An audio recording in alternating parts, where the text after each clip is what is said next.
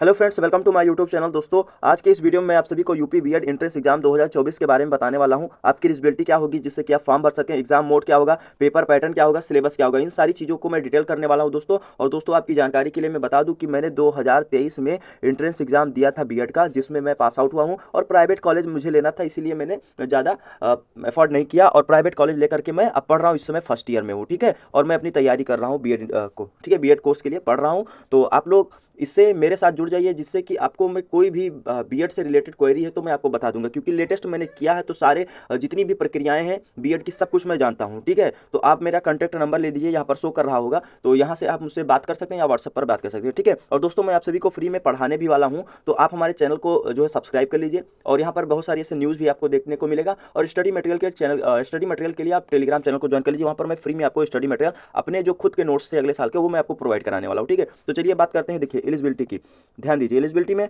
आप ग्रेजुएशन होना चाहिए, यानी कि ग्रेजुएट होने चाहिए, पास होने चाहिए एनी स्ट्रीम, किसी भी स्ट्रीम से, चाहे बीए किए हो चाहे बीएससी किए हो। 50% मार्क्स आपका होना चाहिए, ठीक है। ये बीएड का जो है एलिजिबिलिटी क्राइटेरिया है, ठीक है। 10+2 तो आप होंगे ही, ठीक है। बिना 10+2 के आप ग्रेजुएशन हो ही नहीं सकते। और इसमें दोस्तों ध्यान दीजिएगा, जो बच्चे थर्ड ईयर में इस बार, ठीक है, सोचते हैं अपेयरिंग में भरने का, तो अपेयरिंग में भर सकते हैं, ठीक है।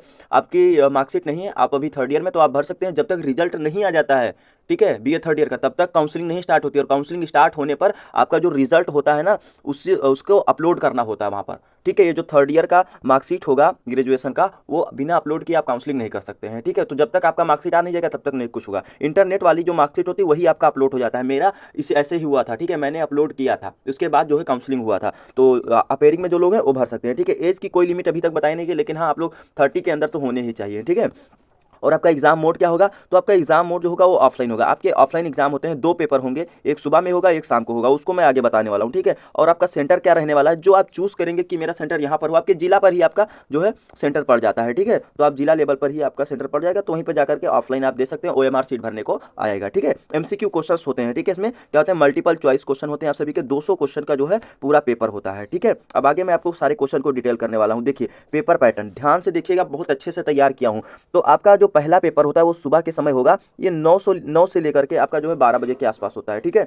तो ये प्रथम पाली का पेपर है। ये फर्स्ट पेपर में क्या होगा, देखिए दोस्तों, 2 खंड होते हैं इसमें। 100 क्वेश्चन का जो है पूरा पेपर होता है, ठीक है। तो अब यहाँ पर देखिए, 50-50 प्रश्न लिखा हुआ है। आपका पहला जो होगा, आपके 50 जीके के 50 क्वेश्चन आएंगे, ठीक है। और जो है आपके हिंदी के भी 50 क्वेश्चन आने वाले हैं, ठीक है। जिसमें 50 जो है गुणे 2, ठीक है, यानी कि एक नंबर पर, यानी एक क्वेश्चन पर आपको 2 नंबर मिलने वाले हैं। तो 50 गुणे 2 यानी कि 100 नंबर का आपका जीके होगा, और 100 नंबर का ही आपका क्या होगा, हिंदी होगा, ठीक है। और यही 100 मिला करके आपके कुल 200 नंबर हो जाएंगे, और आपको 3 घंटे का समय मिलेगा। समझ में आया? यानी कि पहले पेपर में आपके सामान्य ज्ञान और हिंदी या फिर अंग्रेजी, कोई भी आप लोग इसमें से चुन सकते हैं। 50-50 क्वेश्चन के दोनों मिला करके 100 क्वेश्चन का पूरा पेपर आपका होता है, ठीक है। और आपको एक क्वेश्चन पर, ध्यान दीजिए, एक क्वेश्चन पे 2 नंबर दिया जाता है, तो इसीलिए आपका 100 नंबर यानी 200 नंबर का कुल पहला पेपर होता है। और ध्यान दीजिएगा दोस्तों, इसमें निगेटिव मार्किंग भी है, मैंने नहीं लिखा है। 1/4, यानी आप अगर 4 क्वेश्चन गलत करेंगे तो आपका एक सही क्वेश्चन काट दिया जाता है, ठीक है। ये आपका होता है, इसमें 3 घंटे का समय मिलेगा। समझ में आ गया? अब दूसरा देखिए, दूसरा प्रश्न पत्र होता है आपका जो दोपहर के टाइम में होता है, ठीक है। ये भी 3 घंटे का ही होता है समय इसमें भी। और इसमें आपके जो होते हैं खंड आबा, इसमें भी होता है। पहला आपका होगा रीजनिंग, जनरल एप्टीट्यूड, और दूसरा होता है विषय योग्यता। ध्यान दीजिए, आप अगर बीएससी किए हुए हैं तो आपका साइंस क्वेश्चन आएगा, बीकॉम किए हैं तो कॉमर्स से आएगा। अगर आप बीए किए हैं, ठीक है, तो बीए से रिलेटेड क्वेश्चन आएगा। इसमें ऑप्शनल होता है, इसको आपको चूज करना होता है, ठीक है। इसके भी 50 होते हैं, और यहाँ पर रीजनिंग और थोड़ा सा मैथ भी होता है, तो ये भी आपके 50 क्वेश्चन होते हैं। सबके जो है 100 नंबर होते हैं, क्योंकि मैंने आपको बताया एक क्वेश्चन पे आपको जो है 2 नंबर दिए जाते हैं। तो ये भी 200 नंबर का पूरा पेपर होता है। 3 घंटे का समय आप सभी को इसमें मिलेगा। तो समझ में आ गया होगा पूरा पेपर पैटर्न आप सभी को। एक बार फिर से मैं आपको बता देता हूं कि पहले पेपर में आपके जीके और लैंग्वेज आएगा, जिसमें ऑप्शनल होता है, आप चाहे हिंदी ले चाहे इंग्लिश ले, ठीक है। और सभी के जो है 50-50 क्वेश्चन होते हैं। एक क्वेश्चन पे 2 नंबर मिलता है, इसीलिए सामान्य ज्ञान में 50 क्वेश्चन के 100 नंबर, हिंदी के लिए तो आपका 100 नंबर, दोनों मिलाकर के 200 होता है। 3 घंटे का समय होता है, ठीक है।